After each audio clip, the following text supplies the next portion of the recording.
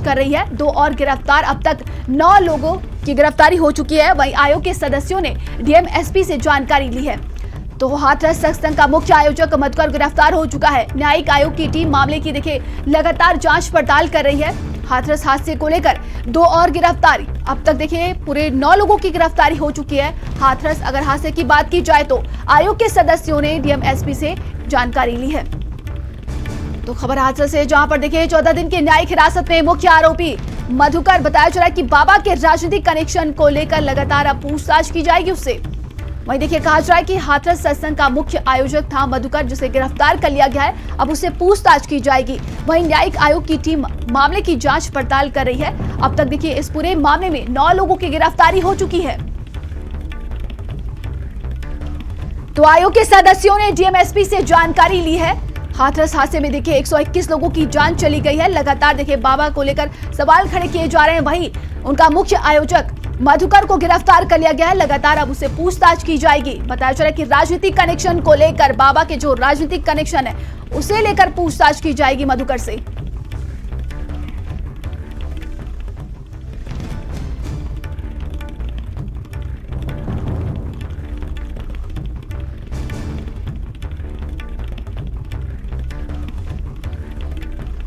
ज्यादा जानकारी के साथ संवाददाता संजीव हमारे साथ जुड़ गए। संजीव, देखिए बताया जा रहा है कि मधुकर को गिरफ्तार कर लिया गया है। अब राजनीतिक कनेक्शन जो है बाबा के, अब उससे पूछताछ की जाएगी उनसे। नंदिनी, मैं आपको बताना चाहूंगा, हाथरस कांड का मुख्य आरोपी एटा का रहने वाला देव प्रकाश और मधुकर जो है, जिसको पुलिस ने गिरफ्तार कर लिया है। गिरफ्तार करके उसको हाथरस लाया गया है। हाथरस लाकर उससे पूछताछ की जा रही है और पूछताछ में यह भी जानकारी मिली है कि ये जो मुख्य आरोपी था देव प्रकाश, यही बाबा के कार्यक्रम के लिए चंदा जुटाता था और जो आयोजन होते थे उनका प्रचार प्रसार भी यही करता था, लोगों की भीड़ बुलाता था। ज्यादातर जो की वजह से पाया जाए एटा में तक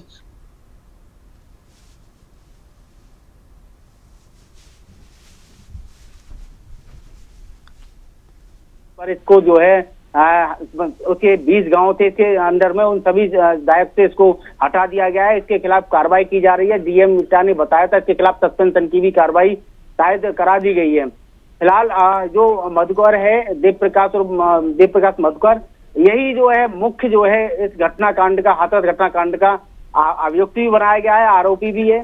लेकिन सबसे बड़ी बात यह है, यह तो एक छोटा सा मोहरा था, जिसमें जो है जो मुख्य आरोपी है वो सूरजपाल होना चाहिए था। बाबा जो खुद को जो है नारायण हरि मानता है, नारायण साकार हरि मानता है, वहीं जो इसकी पत्नी है वो उसे मातोश्री जगत जननी माता कहते हैं। इस कलयुग में कोई भी व्यक्ति भगवान बन जाता है, क्योंकि ऐसी जो भ्रांतियां हैं इनको खत्म करने के लिए ऐसे लोगों पर सख्त कार्रवाई की जरूरत है। लोग खुद ही भगवान बन बैठे हैं और इनके पाखंड में भोली भाली जनता फंसती जा रही है। नंदिनी जी बिल्कुल, देखिए इस पूरे मामले की अगर बात की जाए तो अभी तक 9 लोगों की गिरफ्तारी हुई है। लगातार यही कहा जा रहा है कि बाबा पर भी एफआईआर होनी चाहिए, उनसे भी पूछताछ करनी चाहिए। नंदिनी आप सही कह रही हैं। पूरे देश से आवाज उठ रही है। यहाँ इवन जो है बीएसपी सुप्रीमो मायावती तक ने जो है इस पर कार्रवाई के लिए बोला है। उन्होंने भी कहा है ऐसे पाखंडों पर रोक लेनी चाहिए। जो जिस तरीके से लोग 121 लोगों की जान से जो जान गई है, उसमें ऐसे लोगों पर कार्रवाई होनी चाहिए, क्योंकि एक आंकड़ा ये छोटा मोटा आंकड़ा नहीं है, एक बहुत बड़ा आंकड़ा है। विभत्स घटना हुई है, इसको लेकर इतनी आसानी से नहीं छोड़ना चाहिए किसी को भी। और चाहे सरकार हो, चाहे केंद्र सरकार हो, चाहे प्रदेश की सरकार हो, इस पर सख्त कार्रवाई कराने की जरूरत है सरकारों को, क्योंकि ऐसे आयोजन होते रहेंगे और मासूम लोग मरते रहेंगे। जी नंदिनी जी बिल्कुल, देखिए जिस तरीके से अगर बात की जाए, राजनीतिक पार्टियां लगातार सवाल तो कर रही हैं लेकिन बाबा पर सवाल नहीं कर रही हैं। वो लगातार यही कह रही हैं जो भी इस हादसे का मुख्य आरोपी है उसे गिरफ्तार किया जाए। लगातार इस पूरे मामले को लेकर जल्द से जल्द सभी को न्याय मिले। नंदिनी मैं आपको यही बताना चाहूंगा, जो इसका बाबा है सूरजपाल, इसके द्वारा लगातार मीडिया ने सवाल पूछना शुरू किया कि कहाँ है सूरजपाल, कहाँ है बाबा सूरजपाल। तब आकर इसने लास्ट में आकर एक अपना बयान जारी किया है, जबकि इसको घटना के समय ही तुरंत तत्काल आकर लोगों के बीच जाना चाहिए था, लोगों से बात करनी चाहिए थी। लेकिन कहीं ना कहीं वो भी जानता है कि वो इस घटना का मुख्य व्यक्ति है जिसकी वजह से घटना हुई है, तो वह भी बचा हुआ घूम रहा है। कहीं ना कहीं जो जो राजनीति है वो वोट बैंक की राजनीति के चक्कर में बाबा पर कार्रवाई नहीं हो रही है, क्योंकि अगर बाबा पर कार्रवाई हुई तो कहीं ना कहीं वोट बैंक पर फर्क पड़ेगा। इन्हीं सभी चीजों को लेकर सरकारें भी बच रही हैं और प्रशासनिक अधिकारी भी हल्के हाथ रख के जो है कार्य कर रहे हैं। तो कहीं ना कहीं राजनीति से ऊपर उठकर जो है बाबा पर कार्रवाई की जरूरत है। जी नंदनी जी बिल्कुल, देखिए न्यायिक टीम जो है लगातार पूछताछ कर रही है, क्या लगता है अभी आगे और लोगों की गिरफ्तारी होगी क्या इस पूरे हादसे में?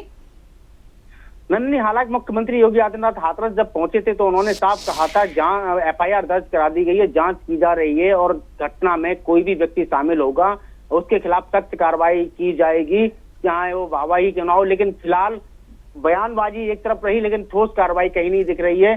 जबकि बाबा के जो वकील हैं AP सिंह वो प्रचार करते फिर रहे हैं कि बाबा के जो कार्यक्रम में एक जो घटना हुई है वह एक षड्यंत्र के तहत की गई थी, कुछ शरारती तत्व उनके द्वारा की गई थी, जबकि ऐसा नहीं है।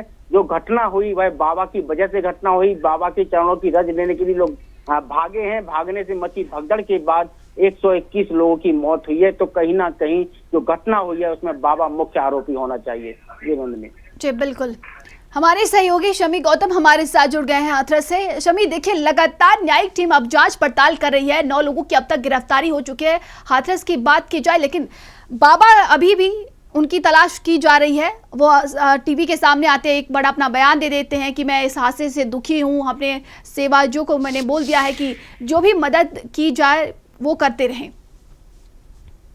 जी बिल्कुल, बाबा फरार है अभी, इसलिए नहीं कह सकते हैं कि बाबा को ये कह सकते हैं कि पुलिस नहीं ढूंढ रही है, उनको आरोपी नहीं बनाया जा रहा है।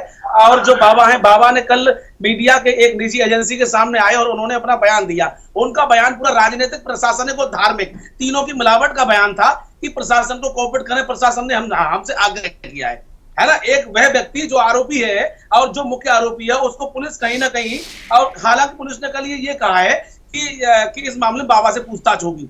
तो इस मामले को लेकर जांच और पुलिस अब जा रही है कि इसमें राजनीतिक साजिशें मिली हुई है, षड्यंत्रकारी हैं, उपद्रवी हैं। तो षड्यंत्रकारी और उपद्रवी कौन है? राजनीतिक पार्टियां इसमें कौन आ गई? राजनीतिक फंडिंग मधुकर के पास कहां से आई?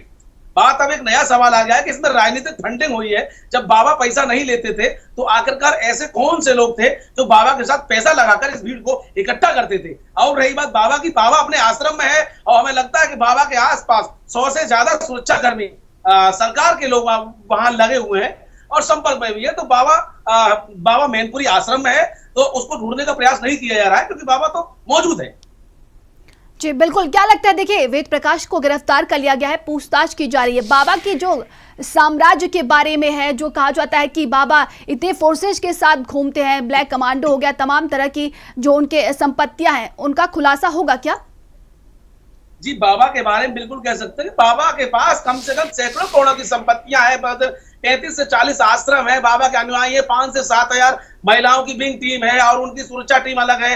100 से ज्यादा उनके खुद के ब्लैक कमांडो बनाए हुए हैं और बाबा के पास इतनी अच्छी आलीशान गाड़ियां हैं, बहुत जमीनें हैं, 25-25, 21-21 एकड़ों में उनके बड़े बड़े फार्म हाउस हैं जहां बाबा एक और कोई पैसा नहीं लेते हैं अनुयायियों से। तो बाबा के पास ये पैसा कहां से आता है?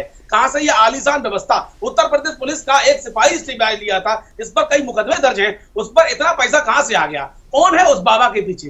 कौन सी राजनीतिक व्यवस्थाएं, राजनीतिक साजिशें उनके साथ है? कौन सी टीम है जो उन्हें कोऑपरेट कर रही है? उनके साथ कौन सी राजनीतिक पार्टियां हैं? उनके पास पैसा इतना कहां से आया? इतने समय में एक बड़े से बड़ा अधिकारी, एक बड़े से बड़ा नेता, कोई इतना जो पैसा होता है, इतना पैसा संभव नहीं है। हजारों करोड़ों की संपत्ति को एक ही साथ कमा पाना, ये बड़ी बात है। और आलीशान जो शौक है बाबा के, आलीशान शौक के साथ बाबा एक बड़े आश्रम में, आश्रम ही नहीं, उसको बड़ा मतलब 21 एकड़ का बहुत बड़ा ये हो गया टहलिए, और पूरी व्यवस्था उसमें 5 स्टार नहीं 7 स्टार होटल जैसी पूरी व्यवस्थाएं बाबा के पास है। VIP आलीशान गाड़ियां, लग्जरी गाड़ियां, विदेशी गाड़ियां, बाबा के पास कतारें हैं गाड़ियों की। और सुरक्षा की बात करें तो मैं कह सकता हूं कि उत्तर प्रदेश के मुख्यमंत्री हो या फिर कोई बड़े से बड़ा देश का नेता हो, इतनी बड़ी व्यवस्था किसी के साथ कभी नहीं देखी गई। 100 ब्लैक कमांडो आगे, मोटरसाइकिल से आगे पीछे एस्कॉर्ट पायलट सब कुछ लगाकर बाबा चलते हैं। और उसके बाद उसके अंदर भी जहां वो रहते हैं वहां पुलिस सुरक्षा नहीं बल्कि उनकी खुद की एक सुरक्षा टीम, एक उनके खुद के लोग वहां होते हैं, जो हजारों की संख्या में लोग उनके उस व्यवस्था को करते हैं। मधुकर जो है, मधुकर का ये जो मामला आया है, मधुकर इस पूरे मामले में ये सिकंदराव में था, सिकंदराव को रहने वाला, पहले एटा में रहता था। और ये सरकारी ये संविदा पर कर्मचारी था और इस मधुकर ने ही इस मामले को मैनेज किया था। तो ये कहेंगे कि इतना बड़ा व्यवस्था पंडाल ये सब कहां से आया, किसने दिया मधुकर को? जी, तमाम जानकारी के लिए आप सभी का बहुत बहुत धन्यवाद है। चलिए आगे बढ़ते हैं।